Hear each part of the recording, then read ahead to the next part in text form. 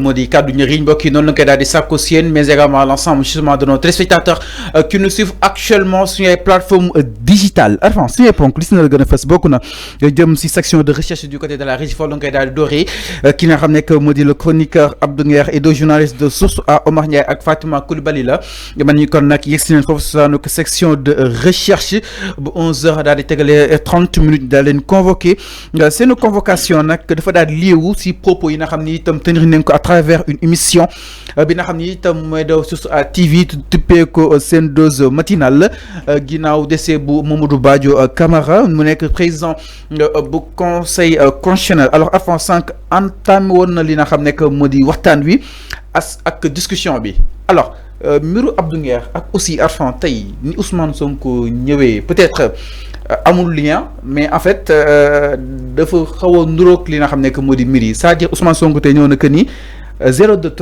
zéro tolérance maanaam bu njëkk ba arrestation yi yëgu ko woon waaye léegi nee na da si impliqué wu Arfan concrètement est-ce que tombeek ak convocation ñi du am lu muy nuru.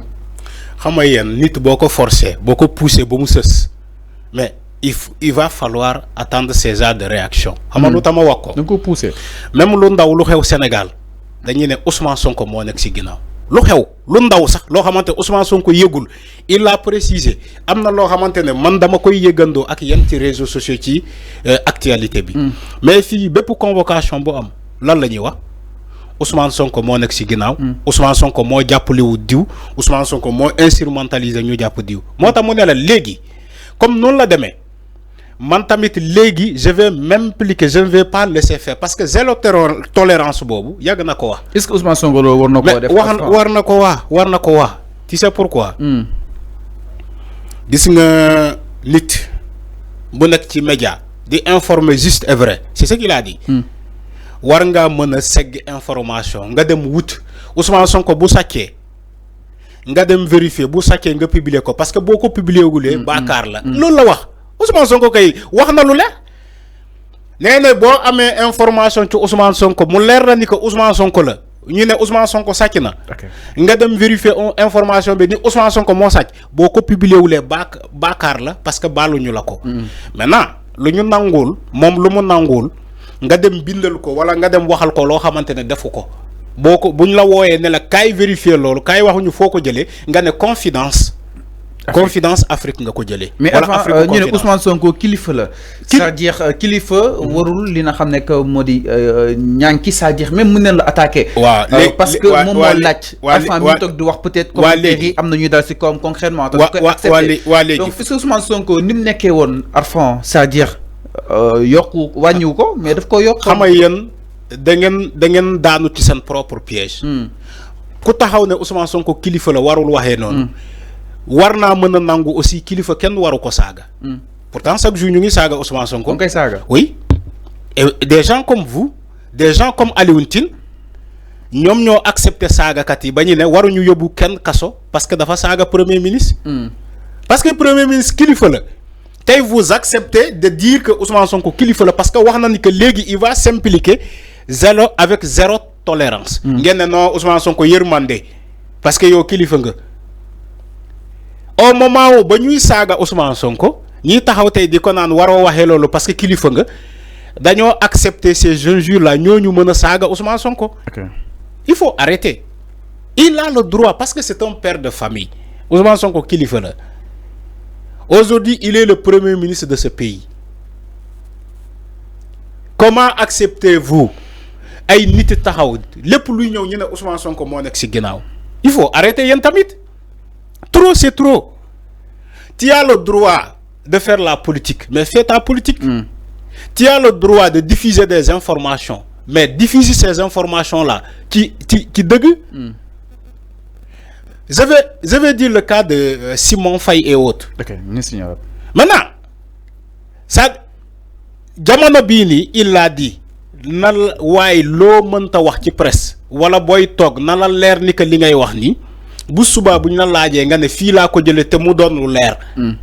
On va plus tolérer des gens des soi-disant chroniqueurs comme payés par des politiciens ñi toog di saga ay nit ñi tok di wax ci ludul deug ci ay nit après on dit que oui parce que kilifa la waru réagir nonou man je suis pas d'accord je suis pas d'accord c'est vrai que kilifa la mais kilifa ken du ko saga si vous acceptez ni que kilifa ken waru ko saga donc vous acceptez ni que kilifa warul waxé ni OK ñu ngi seen vidéo entre Badara Gadiaga ak Bougane ak Barthélémy Diaz à Paris ce qui laisse entendre ni que kon Badara Gadiaga lu muy wax ci émission yépp non c'est ça c'est ça la complicité dama né lolu mo am génné vidéo bi dama né ñoo ko def exprès génné vidéo bi lolu mo am ay chroniqueurs yo xamantene ay politiciens ñoo nek seen ginaaw fallu pour alimenter le débat la vidéo parle d'elle-même même buñ ko défé qui même buñ ko défé comment dire exprès mais la vidéo a déjà parlé d'elle-même. Quand on voit un chroniqueur muy localo avec une complicité externe avec des politiciens, ça laisse entendre que ñom chroniqueurs yi li ñi nekk ci télé yi Ousmane Sonko l'a dit aujourd'hui, c'est des opposants milliardaires ñoo nekk seen ginaaw di leen jox xaalis di leen ni ngeen koy waxe après bo leen laajee ko laaj xam-xam ci mom amul ben xam-xam ñom ñu ngi ni ñom lañuy convoquer parce que même des jambour ils ont osé politiser la mort du président du Conseil constitutionnel. C'est ce que Abdou Nguer a essayé de faire, de politiser même la mort.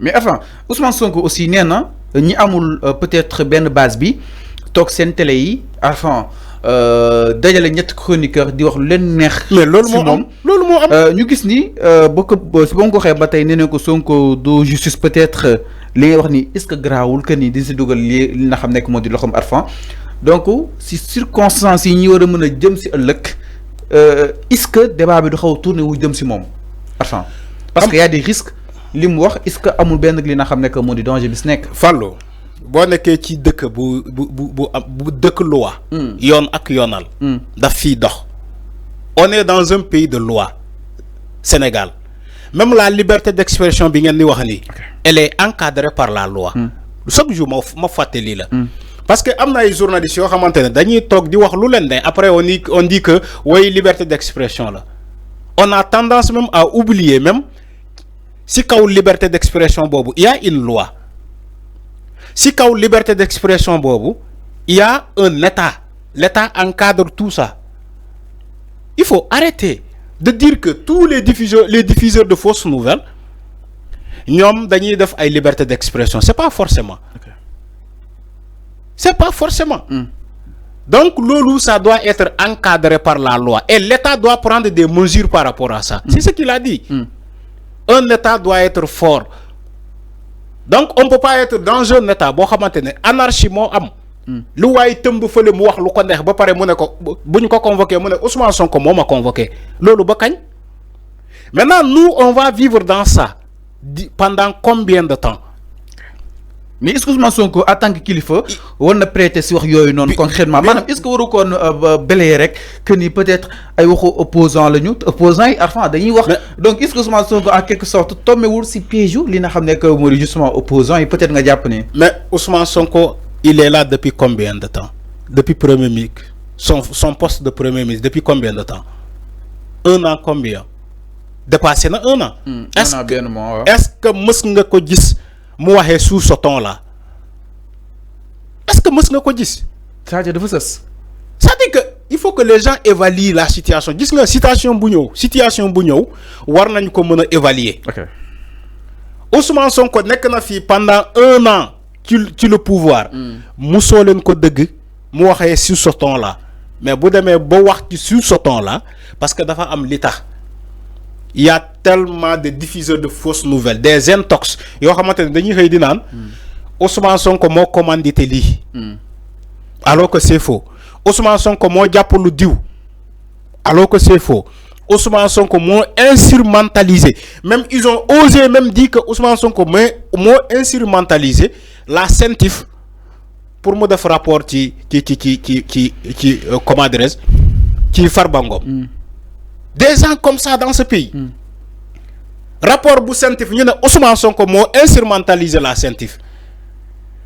Rapport de la Cour des comptes ñu ne toujours Ousmane Sonko. Loolu ba kañ dañuy continuer di dund lolu ba kañ.